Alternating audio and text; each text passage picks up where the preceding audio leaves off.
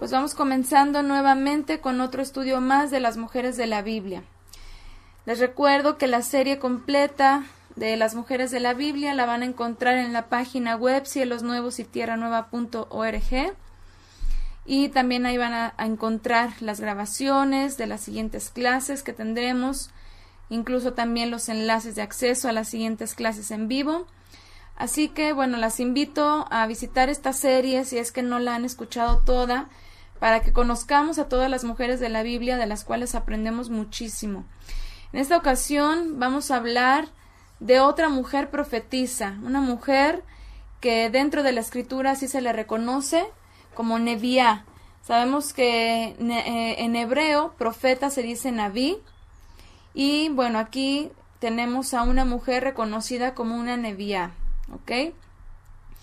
Para esto vamos a leer su historia, que bueno, la encontramos en Segunda de Reyes capítulo 22 y también en Segunda de Crónicas capítulo 34, ¿ok? Vamos a centrarnos en el relato de Segunda de Reyes capítulo 22, que básicamente es lo mismo que encontramos en Segunda de Crónicas. Y bueno, vamos a ver la historia de una mujer que fue contemporánea a unos profetas que hablaron al pueblo de Israel sobre el arrepentimiento que tenían que tener antes de ser llevados cautivos, como el Eterno había hablado desde Moshe. Ok, es de Culiacán. Muy bien, Elizabeth, muchas gracias. Pues bienvenida, Elizabeth, desde Culiacán. Y bueno, entonces vamos a adentrarnos a leer en Segunda de Reyes capítulo 22, ¿ok? Vamos leyendo por acá se los puse en la pantalla, quien quiera seguirme. Dice: cuando Josías comenzó a reinar era de 8 años y reinó en Jerusalén 31 años. El nombre de su madre fue Yedidá, hija de Adaía de Boscat. Yedidá, otra mujer de la cual vamos a hablar después, ya que seguramente también influyó mucho en la vida de Josías, el único rey que prácticamente hizo lo bueno delante del Eterno. Dice en el verso 2 del capítulo 22 de Segunda de Reyes: e hizo lo recto, hablando de Josías, hizo lo recto ante los ojos del Eterno, y anduvo en todo el camino de David su padre, y no se apartó ni a derecha ni a izquierda. En el año 18 del rey Josías aconteció que el rey envió a Safán ben Azaliá, hijo de Mesulam el escriba, a la casa del Eterno, diciendo: sube al sumo sacerdote Hilcías para que calcule la plata que ha sido llevada a la casa del Eterno de los guardianes de la entrada, que los guardianes de la entrada han recogido del pueblo, y lo pongan en mano de los que tienen a su cargo la supervisión del arreglo de la casa del Eterno, a fin de que lo entreguen a los que hacen la obra de la casa del Eterno para reparar las grietas de la casa. Estamos leyendo el contexto de la historia de la intervención de Judá, ¿ok? Entonces todo esto es importante. Dice en el verso 6, a los ebanistas, maestros y albañiles para comprar madera y piedra de cantería para reparar la casa o el templo, y que no se les pida cuenta de la plata que ponen en su mano, porque obran con fidelidad. Entonces el sumo sacerdote Hilcías dijo al escriba Safán: he hallado en la casa del Eterno el rollo de la Torá. E Hilcías entregó el rollo a Safán, quien lo leyó. Y el escriba Safán fue al rey y trajo respuesta al rey diciendo: tus siervos han sacado la plata que se halló en la casa y la han entregado en mano de los obreros que reparan la casa del Eterno. El escriba Safán también informó al rey diciendo: el sacerdote Hilcías me ha entregado un rollo. Y Safán lo leyó delante del Eterno. Y Safán lo leyó delante del rey. ¿Cuál delante del Eterno? Y Safán lo leyó delante del rey. Y aconteció que cuando el rey escuchó las palabras del rollo de la ley, rasgó sus vestidos. Imagínense la impresión de Josías al haber leído las bendiciones por la obediencia y las maldiciones por la desobediencia. ¿Se imaginan el impacto de este rey que prácticamente desde sus antepasados ya habían dejado por completo la obediencia de la Torá? y de pronto llegar a encontrarse con esto y escuchar las consecuencias de haber dejado al Eterno, de toda la idolatría que ya se había metido al pueblo de Israel. Imagínense cómo se contristó el corazón de este rey. Es por eso que vemos en el verso 12: luego el rey dio orden al sacerdote Hilcías y a Hicam ben Safán y a Acbor ben Micaías y al escriba Safán y a Asaías siervo del rey, diciendo: id y consultad al Eterno por mí y por el pueblo y por todo Judá respecto a las palabras de este rollo que se ha hallado, porque grande es la ira del Eterno que se ha encendido contra nosotros, porque nuestros padres no escucharon las palabras de este rollo para hacer conforme a todo lo que fue escrito para nosotros. El sacerdote Hilcías y Hicam y Acbor y Safán y Asaías fueron a la profetisa Hulda, mujer de Salum ben Tikba, hijo de Arías, guardián de la vestidura, la cual vivía en el segundo sector de Jerusalén, y hablaron con ella.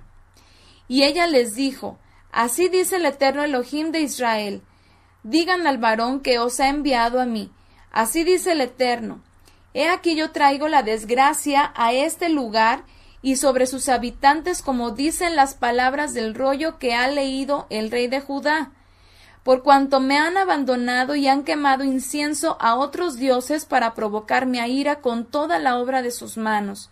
Así pues, mi ira se ha encendido contra este lugar y no podrá ser apagada. Pero el rey de Judá, que os ha enviado a consultar al Eterno, le diréis: así dice el Eterno Elohim de Israel, las palabras que has oído se cumplirán. Pero ya que tu corazón está tierno y humillado delante del Eterno, al escuchar lo que he pronunciado contra este lugar y contra sus habitantes, que llegarían a ser desolación y maldición, y has rasgado tus vestidos, y has llorado delante de mí, también yo he escuchado, dice el Eterno. Por tanto, he aquí, yo te recogeré con tus padres, y serás llevado a tu sepulcro en paz, y tus ojos no verán todo el mal que yo traigo sobre este lugar. Y llevaron la respuesta al rey. Muy bien, hemos leído la parte en donde se menciona la participación de Hulda en Segunda de Reyes capítulo 22. Y bueno, veo que siguen añadiéndose y que algunas están teniendo problemas de audio. Espero que se solucione pronto, ya que aparentemente aquí todo está bien. De hecho, me conecté con el cable de red, así que no tendría que tener problema yo por acá. Entonces, bueno, espero que se solucione y bienvenidas las que se siguen añadiendo: Yeru, Moni, Lulú, Claudia Castro, bienvenidas, muy buenas tardes. Bien, entonces, bueno, estamos hablando de Hulda, esta mujer que en la escritura se le menciona como profetisa. Su intervención en la historia se da en el año 647 antes del Mesías aproximadamente. Los datos de la cronología varían. En algunas aportaciones históricas hablan de que data del 641, otras proponen que es del 647. Entonces, bueno, es un aproximado. El significado de su nombre. ¿Cuál es el significado del nombre de Hulda? En hebreo, nosotros lo tenemos escrito con una het.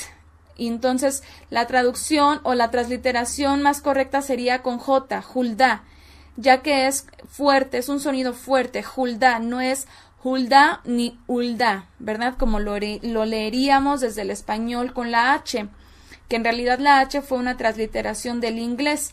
Entonces, bueno, el nombre en hebreo es Hulda y es la palabra número H2468 del diccionario de Strong y es el femenino de Joleth, ¿ok?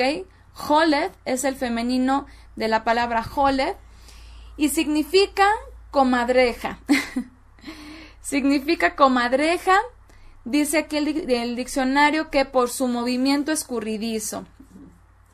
Y bueno, es muy curioso porque todas las mujeres de la Biblia que hemos estado analizando, pues siempre tenemos alguna relación del significado de su nombre con su vida, con su propósito, con su personalidad, con algo que tiene que ver con ella, pero de pronto nos encontramos con un nombre que aparentemente pues no tiene nada que ver con algo, digamos, lo bíblico o religioso, y simplemente su nombre significa comadreja, o al menos su nombre expresa la esencia de una comadreja, ¿sí? Bueno, vamos a seguir analizando y ahorita lo comentamos. La palabra raíz del nombre de Hulda es Heleth.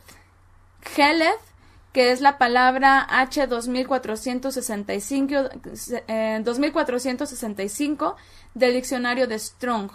De una raíz que no se usa, aparentemente significa deslizarse raudamente o rápidamente. Eso es lo que significa la palabra Heleth, que es por eso que el nombre de Hulda se le hace relación con comadreja por su esencia, que es que son muy rápidas, muy ágiles, muy veloces.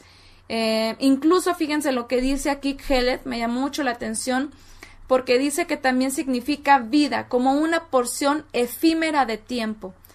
De aquí al mundo como transitorio, como que nos da a entender una vida corta, ¿no? Una vida efímera, como dice aquí el significado. Y bueno, por ello me di a la tarea de buscar la característica de las comadrejas, porque se me hace muy curiosa la alusión. Y justamente encontré que las comadrejas, dice en internet, bueno, en algunos portales que estuve visitando, que son muy ágiles, son veloces, son sumamente inquietas, son curiosas, poseen un olfato y un oído finos y viven muy poco tiempo. De hecho, dice que viven hasta 2 años, muchas de ellas. Por eso, seguramente, la palabra Heleth habla de una vida efímera o transitoria. Un tecito, ¿verdad? Sí. Ahorita estoy tomando una agüita aquí con clorofila que de pronto se siente así como que refresca la garganta así rico. Entonces, espero que me ayude eso. Muy bien, entonces hablamos de las características de las comadrejas y vamos a ver entonces por qué el nombre de Hulda significa justamente esto, ¿no? Una comadreja. El significado de su nombre puede deberse a que fuese poseedora de alguna de las características de este animal. Esto es algo muy probable, ¿no? Por lo que hemos visto como patrón en algunas otras mujeres de la Biblia, que también sus nombres tienen algo que ver con sus vidas. Seguramente Hulda era una niña inquieta que se convirtió en una mujer muy ágil, sobre todo espiritualmente, ya que vemos que fue un instrumento del Eterno para dar rápidamente un mensaje claro y conciso. Y bueno, esto porque muchas veces hay profetas que de pronto el Eterno, por ejemplo, llega alguien a consultarles y lo que hacen es, espérame, voy a consultar al Eterno a ver qué dice, ¿no? Pero en el caso de Hulda fue un mensaje, o más bien fue una respuesta muy pronta. Llegaron los enviados de Josías y rápidamente ella ya tenía la palabra que el Eterno quería que ella hablara. Es por eso que, bueno, de alguna forma hacemos esta alusión del significado de su nombre. Entonces, bueno, esto también nos habla de que seguramente tenía una sensibilidad de sus sentidos espirituales. Es por eso que el Eterno la usó como instrumento para hablarle al profeta, al rey en ese tiempo. Y bueno, vamos a ver que eso fue algo, el mensaje que ella habló fue algo que ya se había dicho en realidad. Es decir, Hulda no dio un mensaje nuevo, no dio una palabra nueva, sino que en realidad el Eterno ya había hablado esto, que ella comentó, que ella dijo, pero vamos a ver más adelante que en realidad los líderes no habían hecho caso del mensaje que ya se venía hablando desde tiempo atrás. Bueno, dice la escritura que Hulda vivía en Jerusalén. Finalmente Hulda estaba en un lugar pues muy especial, porque al final de cuentas estamos hablando del lugar principal de toda la tierra que el Eterno había dispuesto para su pueblo. Dice la escritura que Hulda fue esposa de un hombre llamado Shallum. Y bueno, Shallum, el significado de Shallum tiene que ver con Shalom, como lo vimos con el nombre de Shlomit en la clase anterior, también tiene la misma raíz que es Shalom.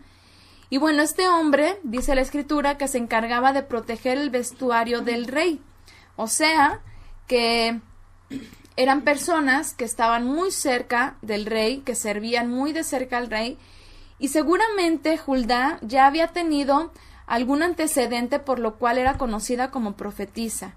Yo me atrevo a asegurar de que esta palabra que Hulda habló a Josías no fue la primera que el Eterno había puesto en su boca para el pueblo o para los principales del pueblo, ¿sí? Ya tenía alguna, vamos a decirlo así, como alguna famita de ser profetisa o de ser simplemente una mujer que era instrumento del Eterno o que tenía este don de parte del Eterno. Entonces, seguramente, pues al trabajar tan cerca su esposo de Josías, él supo de Hulda y es por eso que decide que se acerquen a ella para escuchar la palabra del Eterno. En la historia, bueno, estoy viendo que tienen problemas con su internet. Por favor, recomiéndenle a Claudia que intente con otro navegador, que use otro navegador. No sé cuál esté usando, pero que cambie de navegador. Eso regularmente ayuda. Muy bien, en la historia del pueblo de Israel hay pocas mujeres en realidad que se desarrollaron como profetisas. En el ámbito pagano, esto es el ámbito egipcio, el ámbito griego, por poner algunos ejemplos, en realidad es todo lo contrario. En el ámbito pagano vemos que las mujeres siempre eran las principales. Siempre eran las sacerdotisas, siempre eran las pitonisas, los oráculos, las semidiosas. Pero en el caso de la escritura vemos que el Eterno de alguna manera aparta a la mujer de estos cargos, aunque tuvo sus excepciones, ¿no? Es decir, tuvo a bien el seleccionar algunas mujeres en casos muy particulares para ser instrumentos para hablar palabra del Eterno al pueblo. Y bueno, ¿por qué el Eterno en la mayoría de sus profecías las hablaba a través de los varones y no a través de las mujeres? Dice Shaul que finalmente fue la mujer la que fue engañada por la serpiente, la que incurrió en transgresión. Vemos que la mujer, y sabemos que la mujer tenemos una sensibilidad todavía más fuerte que el hombre en aspectos emocionales, ¿no?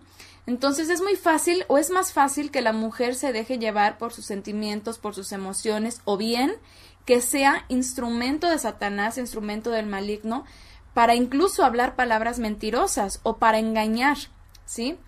Entonces, en este caso, vemos que las mujeres que el Eterno eligió en toda la Biblia, en todo lo que conocemos de la Escritura, fueron muy pocas, pero fueron mujeres muy seleccionadas y finalmente vemos que sí eligió a mujeres. Aquí vemos cómo el Eterno no hizo acepción de personas, cómo el Eterno sí usó a mujeres para sus propósitos. En el Tanaj hubo pocas mujeres que asumieron cargos importantes en el pueblo. Todas recordamos todas recordamos así como por default a Miriam, a Débora, bueno, pero en el caso de líderes o profetisas, bueno, por ejemplo, también están otras mujeres como Noadías. Bueno, vemos algunos casos, ¿no? Los que más conocemos son Débora y Miriam. Y bueno, de Hulda generalmente no se conoce nada, ¿no? O muy poco, o se pasa así como de largo el leer la escritura, y a pesar de que tuvo una intervención importante dentro de esta época tan especial y particular del pueblo de Israel, aún así se conoce muy poco de Hulda. Sin embargo, así como Débora, así como Miriam, Hulda también tuvo una participación muy importante en la historia del pueblo, pero en una época como la de Débora, en una época de decadencia espiritual, en una época en la cual los varones ya no cumplían su papel como ministros delante del Eterno, como ministros también para el pueblo. en una época en la que no había obediencia, no había santidad, no había fe, pero siempre hubo un remanente que se mantuvo fiel. Y de ahí al Eterno, a nuestro Padre, le plació usar a mujeres para llevar un mensaje a su pueblo. Hulda aparece como de pronto, es decir, no hay un preámbulo de su historia, de ella, de su vida, no dice detalles, nada, simplemente aparece en escena, así nada más. ¿Qué hacía Hulda antes? ¿Qué hizo Hulda después? La escritura no lo dice. Solo y simplemente vemos que fue un instrumento útil en manos del Eterno, y así fue como ella les sirvió. En toda la escritura, a pocas mujeres se les reconoce como profetisas. Hay una que dice la escritura, dice en Apocalipsis, que se decía profetisa. ¿Quién era esta mujer que se decía profetisa pero que en realidad no lo era? Jezabel, así es. Pero en el caso, por ejemplo, de Hulda, tal cual la escritura dice, Hulda Hanevía, la profetisa. Dicen por acá, las hormonas nos traicionan a las mujeres, hermana, y nos ganan las emociones, sentimientos, etcétera. Así es. Es por eso que es muy importante que como mujeres, pues aprendamos a controlar nuestras emociones, nuestros sentimientos, el ímpetu, ¿no? Porque solamente así podemos ser instrumentos útiles en manos del Eterno. Vemos en la escritura con los testimonios de Hulda, de Débora, de Miriam, que incluso Miriam, por ejemplo, tuvo un momento de debilidad, y bueno, ahí vemos que el Eterno no llama gente perfecta, sino gente dispuesta a servirle, ¿verdad? Y que con el tiempo y que con las experiencias, pues Él va moldeando nuestras vidas. Pero vemos con el testimonio de mujeres como Hulda, que el Eterno al final de cuentas tiene está dentro de su voluntad el también usarnos a nosotras como mujeres. Cuando tuvimos el estudio de mujeres servidoras de Yeshua, platicábamos un poco sobre las mujeres que de alguna forma tuvieron participación en expandir el mensaje del reino, que era por medio de Yeshua. Y nos centramos un poquito en la vida de la mujer samaritana, que dice la escritura en Yohanan capítulo 4, que esta mujer, después de que tuvo este encuentro con Yeshua, sale y empieza a hablar a los varones y a las personas que estaban en su lugar, donde ella vivía, y que dice la escritura que por medio de su testimonio muchos creyeron. Entonces ahí vemos cómo la mujer también es un instrumento en manos del Eterno y cómo el Eterno la usa. Fíjense, en la escritura encontramos a 10 mujeres que se les menciona que fueron profetisas, y generalmente solamente nos acordamos de 2, ¿verdad? Nos acordamos de Débora y de Miriam.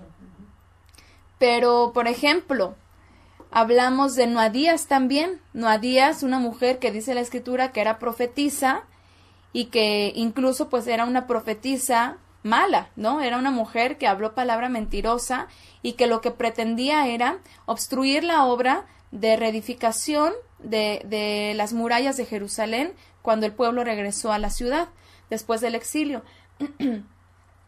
También en Isaías encontramos que a la esposa de Isaías se le menciona como la profetisa.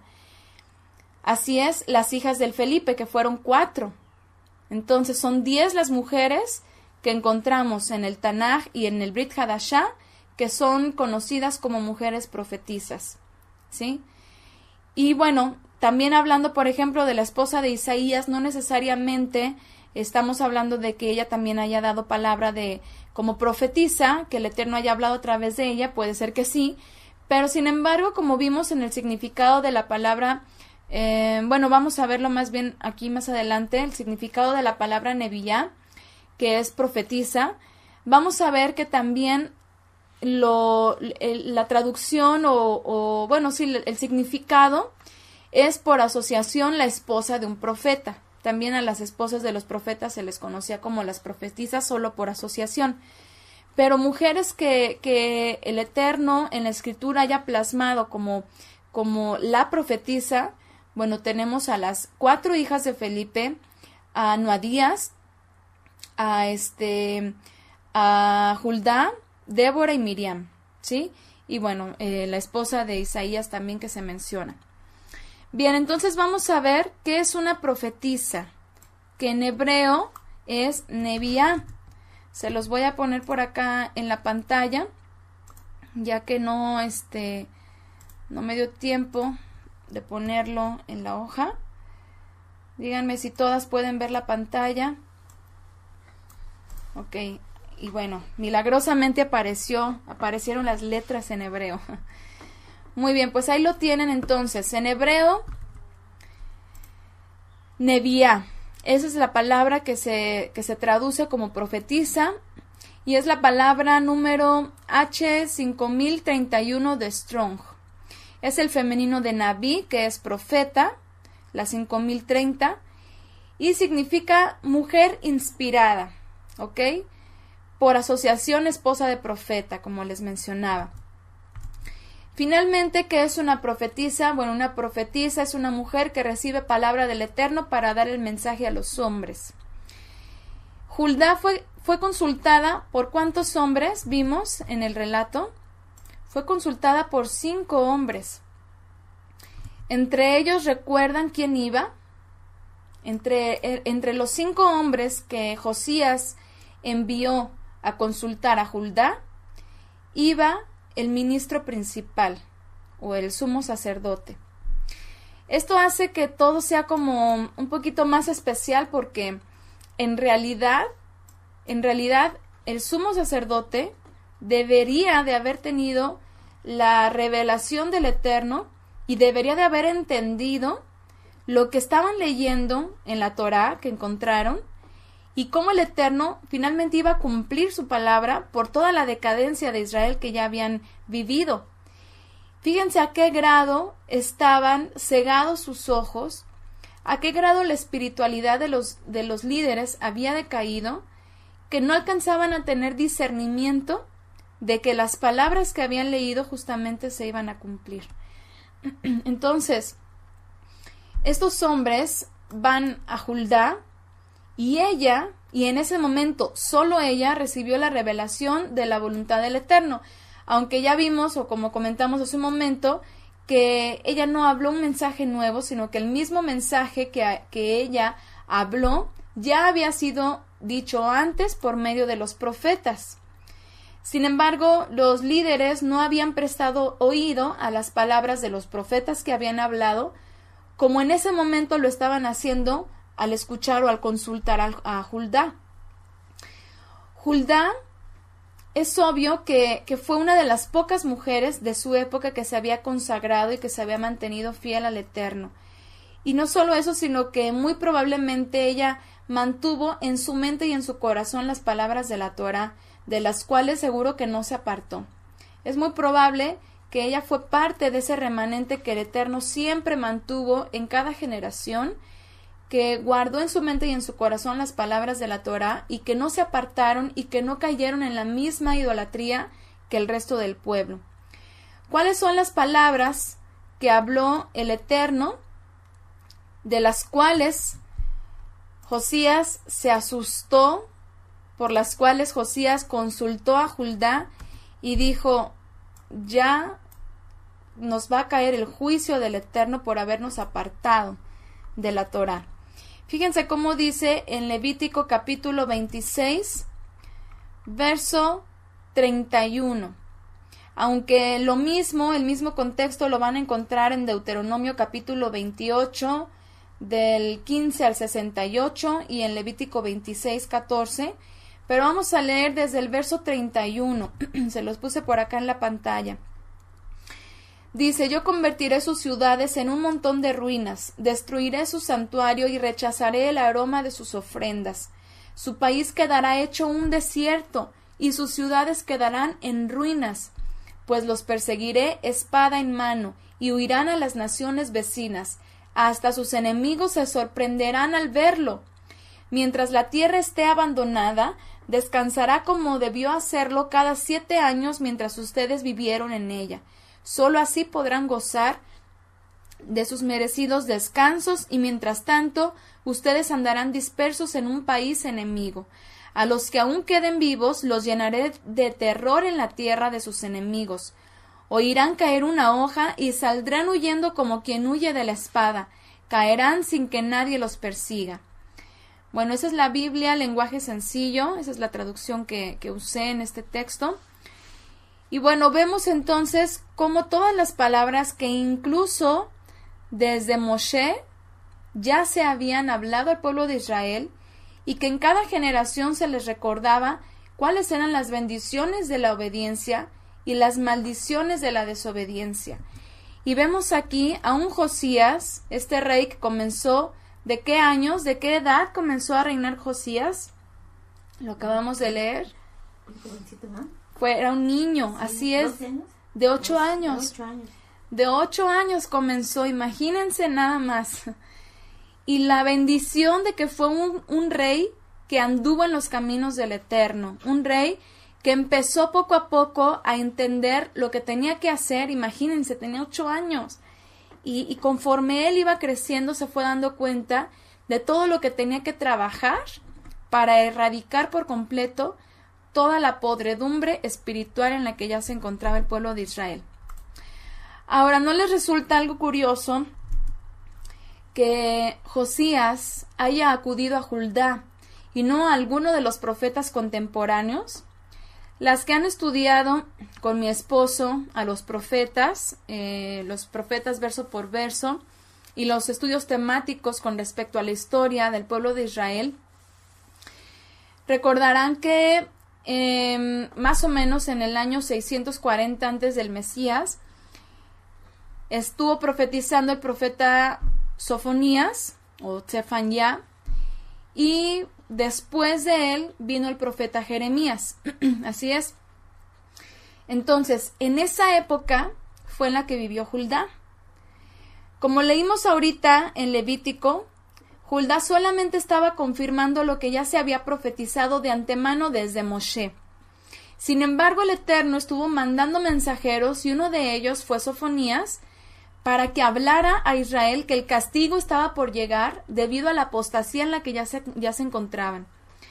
Sin embargo, los líderes no escuchaban y como vemos en la Escritura, a lo bueno le llamaban malo, a lo malo le llamaban bueno. Se levantaban falsos profetas hablando palabras mentirosas de prosperidad, de paz para Israel. Los levitas estaban corrompidos completamente. Los verdaderos profetas, como Jeremías y Sofonías, eran despreciados, eran perseguidos, eran encarcelados, o peor aún, como le ocurrió a Sofonías, fue llevado cautivo y asesinado. Así es como hoy en día también vemos la misma condición espiritual de Israel, que al final de cuentas todavía hay parte de Israel que está dormido, que está en un letargo, que está siguiendo palabras mentirosas, pero que poco a poco el Eterno está despertando y que está llamando a siervos como Sofonías, como Jeremías o como Judá a hablar la palabra del Eterno y anunciar que el castigo va a venir. El castigo va a venir. Todo dependía, y ya después lo dijo Jeremías, todo dependía de la actitud que tuviera el pueblo para que entonces se determinara el grado de destrucción de Israel. Y recordemos que Jeremías le decía a los líderes, si ustedes se ponen sumisos ante los babilonios, pues lo que les va a pasar va a ser que al menos pues van a ser llevados cautivos, acepten eso, no pongan resistencia, pero después regresarán a su tierra. Pero no, los líderes y el pueblo estaban tercos con que no iban a permitir eso, y bueno, vemos una catástrofe tremenda en el pueblo. Y está profetizado desde Levítico, que dice el Eterno a través de Moshe, lo dijo al principio, después Sofonías, después Jeremías, y les estuvo anunciando al pueblo que incluso mujeres iban a comer a sus propios hijos, que iban a caer al filo de espada, que iban a morir de hambre, de peste, ¿se acuerdan? Y bueno, el pueblo, o más bien los líderes no escucharon, no se arrepintieron, porque también dice el Eterno, si el lugar, si tú te arrepientes de todo lo que has hecho, yo te llevaré cautivo, pero del lugar de donde yo te esparza, de ahí también te voy a recoger. Sofonías exhortó a los líderes a continuar con la restauración del templo, porque ya habían regresado, no habían hecho nada de lo que tenían que hacer después del primer exilio. Imagínense todo lo que habían dejado de hacer en el templo, todo lo que habían dejado de construir. Y después les dice, ¿saben qué? Ya Efraín ya llevó su castigo con los asirios, ahora ustedes, Judá, van a padecer. Entonces, Sofonías exhorta a los líderes a continuar con la restauración de la ciudad. Los reyes de Judá hicieron lo malo hasta que vino Josías y comenzó el trabajo de restauración. Judá vivió en épocas de los profetas Sofonías y Jeremías. En esos tiempos, los siervos del Eterno advertían a Israel sobre el día de la ira que vendría por el pecado del pueblo. Anunciaron el castigo al reino de Judá y a las naciones vecinas. Jeremías anuncia después de Sofonías el último llamado al arrepentimiento, pero los reyes y los líderes sacerdotales nunca escucharon el mensaje de los verdaderos profetas del Eterno. Recordemos que vemos en los reyes, en las crónicas también, que los reyes que antecedieron a Josías habían llevado al pueblo a la decadencia total. Y el que más colmó al Eterno fue Manasés, ¿verdad? Ese sí fue, dice ahí mismo en Segunda de Reyes, que el Eterno no perdonó al pueblo porque Manasés fue el que más colmó al Eterno con todo lo que había hecho. También acá, por supuesto, y todos los reyes dice que hicieron lo malo, excepto Josías. Y dice también la Escritura que después de Josías tampoco hicieron lo bueno. Entonces, los reyes que fueron antes de Josías, en vez de escuchar los mensajeros del Eterno, consultaban a dioses falsos, ¿verdad? Se levantaban falsos profetas. Pero Josías, dice la Escritura, que fue un buen rey. Sin embargo, aquí parece que creyó que al acudir a Judá tendría buenas noticias. ¿Por qué no consultó a los profetas que el Eterno había enviado? ¿Por qué acudió a Judá? Bueno, seguramente Josías pensó que por ser mujer, esta mujer estaría relacionada con la bondad y la misericordia, ya que Sofonías solo había hablado del juicio, de todo lo malo que le iba a ocurrir a Israel, aunque también habló de la restauración que algún día tendría. Pero para sus tiempos solamente profetizaba juicio. Sin embargo, el Eterno, que es grande, que es el soberano rey, habló a través de Judá las palabras fieles y verdaderas. No cambió el mensaje. No por ser mujer cambió el mensaje. Él habló lo que iba a acontecer, lo que iba a suceder. Y esto fue el anuncio del pronto advenimiento de las consecuencias de la desobediencia, como lo leyó en el rollo de la Torá que se encontraron cuando estaban haciendo la restauración del templo. Aunque también por su boca, por boca de Judá, Josías supo de la misericordia que el Eterno haría con él por haber hecho teshuva, es decir, que Josías regresó a la obediencia, porque vemos cómo dice también en el relato sobre Josías, que no hubo un rey como él que se haya convertido de toda su mente, de todo su corazón, al Eterno en obediencia. Y bueno, Judá le anuncia a Josías que por este acto suyo no iba a haber el juicio, no iba a vivir el juicio, sino que el juicio ya finalmente lo vivieron los descendientes de él, la siguiente generación que se quedó todavía, que a pesar de que murió Josías, no continuaron en el camino de Josías, sino que al contrario, se volvieron otra vez a hacer lo malo. Aparte de este hecho de la profecía de Judá, la Escritura no vuelve a mencionar nada sobre ella. No vemos nada, como les decía hace un momento, ni antes ni después de su profecía. Sin embargo, de alguna manera podemos inferir lo que pasó con su vida. En la Escritura no encontramos algo que se hable sobre su muerte, por ejemplo. Y bueno, debido a que estaban en una época tan crítica en la que venía el juicio, podemos de alguna forma especular un poco acerca de su final, de su vida. Recordemos, como leímos al principio, que dice en la Escritura que Josías reinó 31 años, ¿verdad? Dice la Escritura que Josías reinó 31 años. comenzó a los 8 años y reinó 31 años. Y dice que estaba en su año número 18 cuando consultó a Hulda. Esto quiere decir que pasarían 13 años más antes de que él muriera, ¿verdad? Bueno, durante esos 13 años que pasaron, si Hulda fue una mujer de edad muy avanzada, pues es muy probable que haya muerto durante esos 13 años. ¿Por qué? Porque después de la muerte de Josías, vino el juicio al pueblo de Judá. Y seguramente, bueno, a esta mujer ya no le tocó ver el juicio del Eterno, porque vemos que era una mujer justa, era una mujer piadosa delante del Eterno. Y muy probablemente ella murió en ese lapso de 13 años antes de que viniera el juicio al pueblo de Israel. Otra posibilidad que tenemos acerca del final de Hulda es que haya sido parte del grupo de pobres que se quedaron en Jerusalén y que no fueron llevados cautivos como esclavos.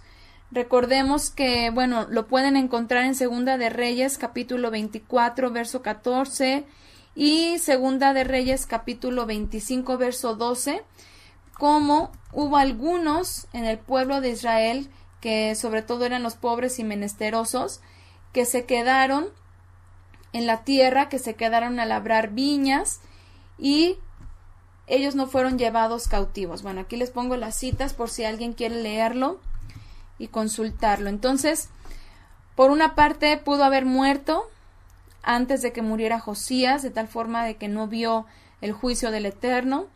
Por otro lado, si le tocó ver el juicio del Eterno, seguramente pudo haber sido guardada y fue parte de ese grupo de pobres que se quedaron en Jerusalén y que no fueron llevados como esclavos.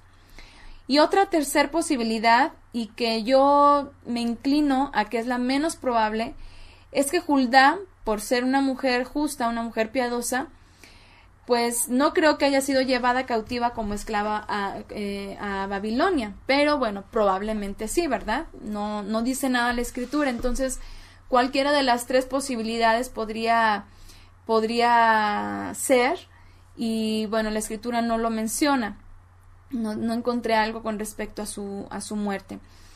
Entonces, bueno, aunque la Biblia no nos dé más detalles sobre Hulda, la verdad es que pensar en ella es pensar en el legado de una mujer que nuevamente nos confirma cómo el Eterno no hace acepción de personas, cómo el Eterno ve las almas y no los sexos, cómo el Eterno usa a quien Él le place en el momento en el que Él lo decida, incluso a pesar de algunos varones que puedan haber presentes.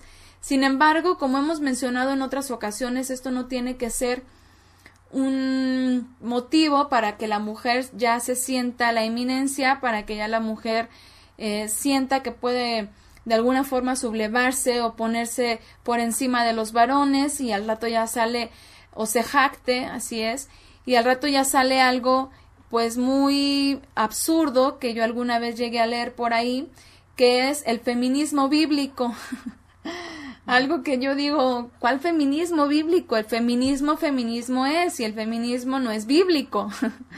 Así es, que luego salen con que son pastoras, con que son profetisas, y habiendo varones que pueden llevar a cabo el papel que el Eterno ha determinado para ellos, lo único que quieren es usurparlos, ¿verdad? Mejor las usurpadoras. Y se vuelven las usurpadoras, así como Atalía, ¿no? Que quiso ser la reina, o como Jezabel también, así es. El Eterno puede usar incluso a una mujer de una clase baja, según los estándares que el hombre ha puesto, como lo fue Hulda. Sin embargo, nosotras tenemos que esforzarnos porque, obviamente, para ser un instrumento en manos del Eterno, pues tenemos que buscar la santidad.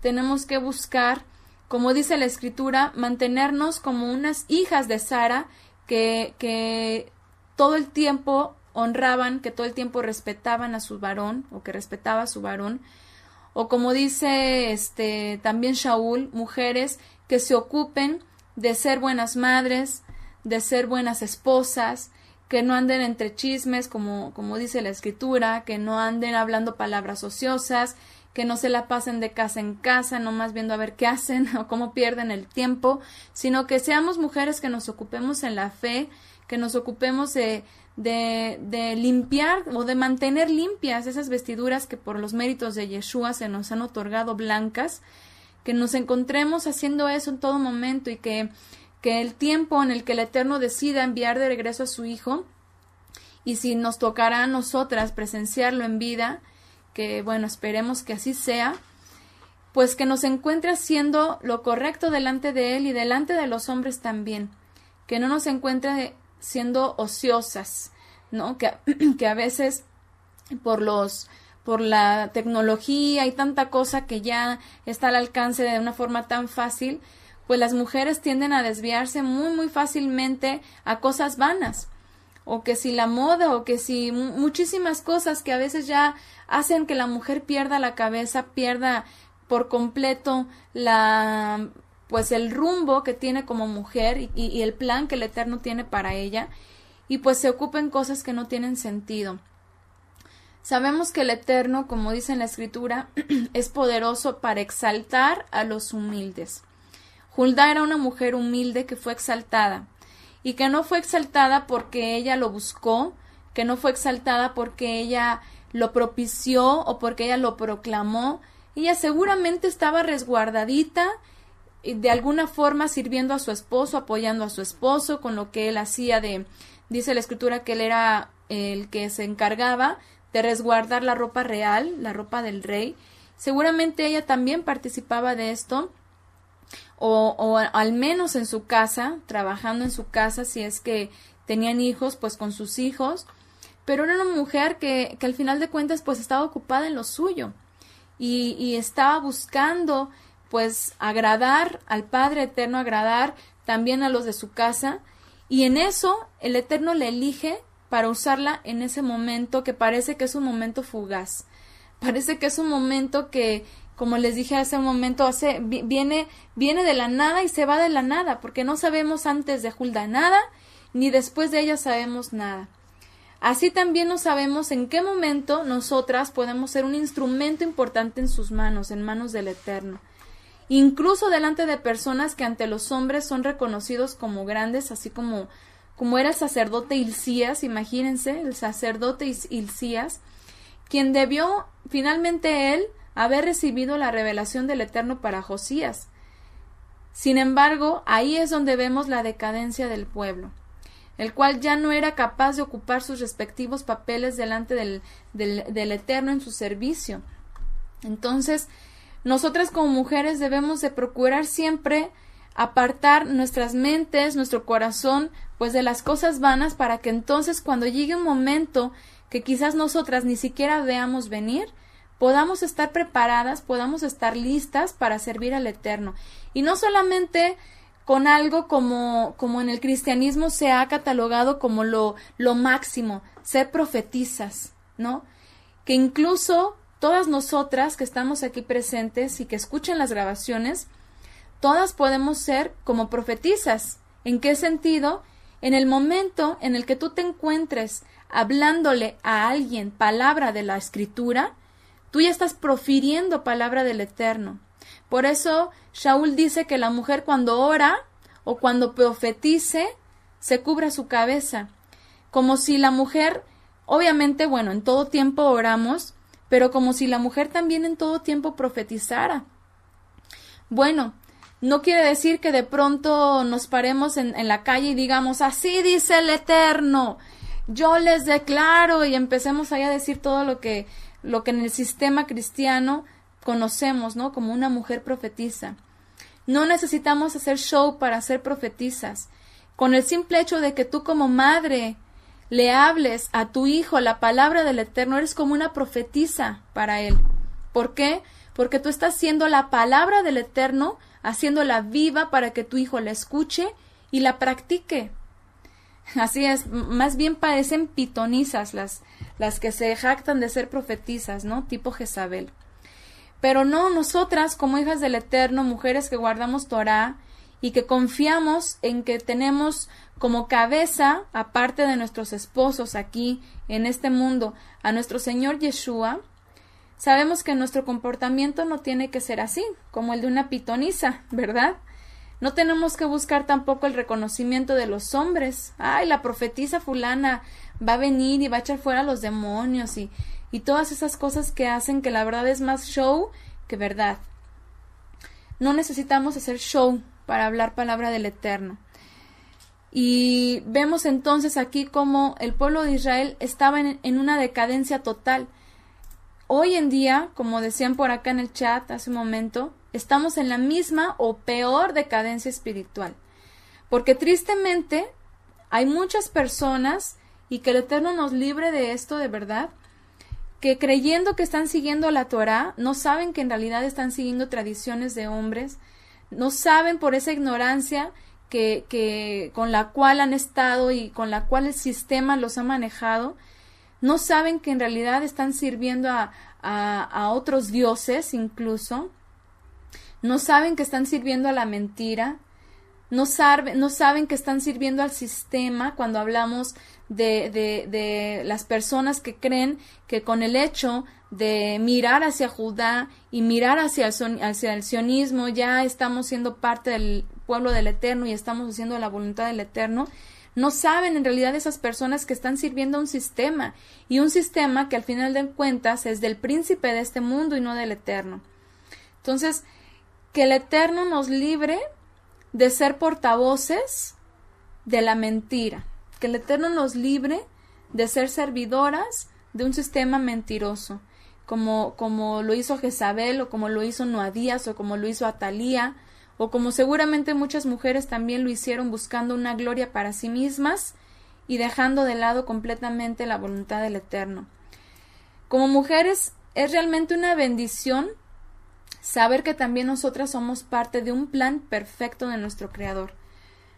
Es una bendición saber que somos incluidas también a participar de la obra perfecta que el Eterno está realizando en esta parte de la historia del pueblo, porque sabemos que estamos en un punto también muy especial, en un punto también muy crucial, un punto en el que, igual como en la época de los jueces, a lo bueno le decían malo, a lo malo le decían bueno, el pecado abundaba por todos lados, la idolatría abundaba por todos lados, porque aunque haya quienes no tengan los nichitos o los monitos en sus casas y les prendan incienso como se hacía antes, sabemos que hay formas subjetivas de servir a otros dioses, y oremos cada día que el Eterno nos libre y que el Eterno mantenga nuestros ojos abiertos, nuestros ojos espirituales abiertos, así como Balaam decía, ¿verdad?, que era el hombre de los ojos abiertos. ¿Se acuerdan cuando iba a hablar? Que al final de cuentas, aunque era un hombre que no era recto delante del Eterno, pues el Eterno tuvo a bien usarlo también, y abrió sus ojos espirituales y pudo ver más allá de lo que cualquier otro pagano yo creo que había visto hasta ese tiempo, y habló de esa estrella de la mañana que un día iba a surgir en Israel, la estrella de Jacob, que finalmente iba a ser una sombra profética de Yeshua el Mesías, como él mismo lo dijo: yo soy la estrella resplandeciente de la mañana. Entonces vamos a concluir esta reflexión sobre la vida de Judá con este pensamiento de que el Eterno no va a desistir su trabajo que está haciendo en nosotras hasta concluirlo, y no va a permitir que nada suceda en nuestras vidas a no ser que sea su voluntad. De esa forma, nosotras tenemos que estar conscientes cada día al despertar de cómo vamos a vivir ese día, cómo va a ser nuestra vida en ese día. Vamos a mantenernos lúcidas pensando en hacer la voluntad del Eterno con los ojos espirituales abiertos, o vamos a darle gusto a nuestros ojos carnales, a nuestros sentimientos, a nuestras emociones, a todo aquello que abunda en el ser humano caído. Nosotras, dice la Escritura, que ya no tenemos una mente carnal, ya tenemos la mente del Mashiach. Así que pensemos como Él lo haría, como Él lo hizo, y tratemos de ocupar todo nuestro tiempo y de ocupar nuestras fuerzas en buscar primeramente el reino de los cielos, y el Eterno se va a encargar de añadir todas las demás cosas que en nuestra vida podamos necesitar. Así que bien, pues gracias al Eterno, y así es, así como dicen por acá, gracias al Eterno que nos permite servirle, primeramente en el hogar, porque ¿qué más podríamos hacer? ¿Qué más? A veces a mí me buscan algunas mujeres y me dicen, es que yo quiero servirle al Eterno, pero no tengo una iglesia en donde congregarme, así como que solamente en la iglesia pueden servir al Eterno. Aunque sea acomodando las sillas, haciendo el aseo, creen que solamente así pueden servir al Eterno. Creen que la casa del Eterno es un templo hecho por manos de hombres, cuando no se dan cuenta de que ellas mismas son un templo vivo y que con el hecho de buscar cada día al Eterno en sus vidas, con el hecho de cantar al Eterno una canción un día en sus vidas y ofrecerlo como un sacrificio espiritual, con el hecho de enseñarles a sus hijos a conocer Torah, o a sus nietos, si es que a lo mejor ya los hijos no están o ya son grandes, a los nietos, a las amigas con las que a veces están conviviendo, ser luz entre las naciones. No saben que de esa forma también se sirve al Eterno, de alargar su mano, como dice la Escritura en Proverbios, de alargar su mano al menesteroso. También así se sirve al Eterno, porque dice la Escritura que aquel que presta al pobre en realidad presta al Eterno, y el Eterno se lo va a retribuir. Así que hay muchas maneras de servir al Eterno, no solamente en un lugar con personas, empezando en nuestra casa, con nuestra familia, con los que nos rodean, con las personas que el Eterno pone frente a nuestras vidas en algún momento particular, en alguna circunstancia. Ahí se puede servir al Eterno. Y quiera Él que cuando nos encuentre sirviéndole, ese servicio suba delante de Él como grato, porque nosotras nos hayamos ocupado en cuidar nuestra santidad. Así que bueno, pues que el Eterno nos ayude entonces, que nos ayude a ser buenas servidoras de Él, que nos ayude a ser buenas seguidoras de nuestro Señor Yeshua, porque sabemos que todo lo que nosotras hagamos, la gente nos está observando, los que nos conocen y los que no nos conocen, y todo lo que hagamos es el reflejo del Elohim al que nosotros predicamos con nuestras vidas. Así que bueno, dicen por acá, a veces me siento mal porque me cuesta empezar a predicar a las personas a no ser que me pregunten de algo. Ahí recién comparto del Evangelio. A veces no es necesario hablar. O sea, mira, a veces no es necesario hablar con la boca, hay que hablar con los hechos, ¿no? Para empezar. Eso es por una parte. Por otro lado, muchas veces no necesitamos nosotros empezar un diálogo con una persona. Es más, yo les aseguro que aunque no les hablemos a alguien en la calle con la que nos topamos, a alguna persona, el Eterno va a poner a otra persona que en su momento le hable. Pero en el momento en el que nos toque a nosotros recibir a una persona que realmente está buscando, que nos está preguntando, que se interesa.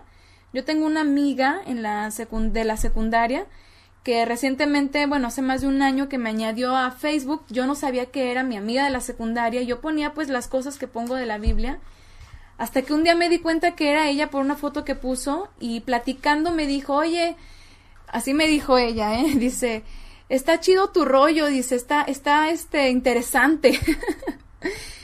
Todo eso que tú pones, dice, que de la Biblia y que de educar a los hijos en casa y todo eso, dice, está bien interesante. Y me empieza a preguntar, y bueno, hablamos de tantos temas, que si del bautismo, que si de qué es la fe, de muchas cosas, y yo no la busqué. Simplemente con lo que ella estuvo viendo se interesó, y la obra pues es del Eterno. Entonces hay que nosotros aprender a sembrar, y el Eterno es el que va a dar el crecimiento, y no solo con acercarnos y empezar o iniciar una conversación. Les aseguro que el Eterno va a añadir a ustedes, a sus vidas, a aquellos que verdaderamente están interesados y que deseen escuchar el mensaje, porque esos son los que lo van a aceptar. Es muy difícil que uno llegue con una persona en la calle y le empiece a decir, oye, mira, la Biblia dice así, Dios te ama, y empecemos ahí con el trabajo evangelístico. Es bien difícil que, yo creo que 2, 3 personas de las 5 a las que les hablemos en la calle nos vayan a hacer caso y las tengamos escuchando la Biblia la próxima semana en una clase, ¿no? Así es, te dan el avión. Así que confiemos mejor que el Eterno va a añadir a los que Él quiere en nuestras vidas, y mejor ocupémonos nosotras en ser de buen testimonio y en conservar esa santidad a la que fuimos llamadas, para que en el momento que menos lo imaginemos, el Eterno que nos quiera usar, nosotras estemos listas. Así que bueno, con eso concluimos la reflexión sobre Judá. Espero que haya sido de bendición para todas ustedes y que nos quedemos reflexionando entonces con todo lo que hemos aprendido a través de su vida, y el Eterno nos ayude a ser mujeres como Judá, como Débora, como Miriam, como todas aquellas a las cuales Él llamó para su servicio, que podamos ser unos instrumentos útiles en sus manos.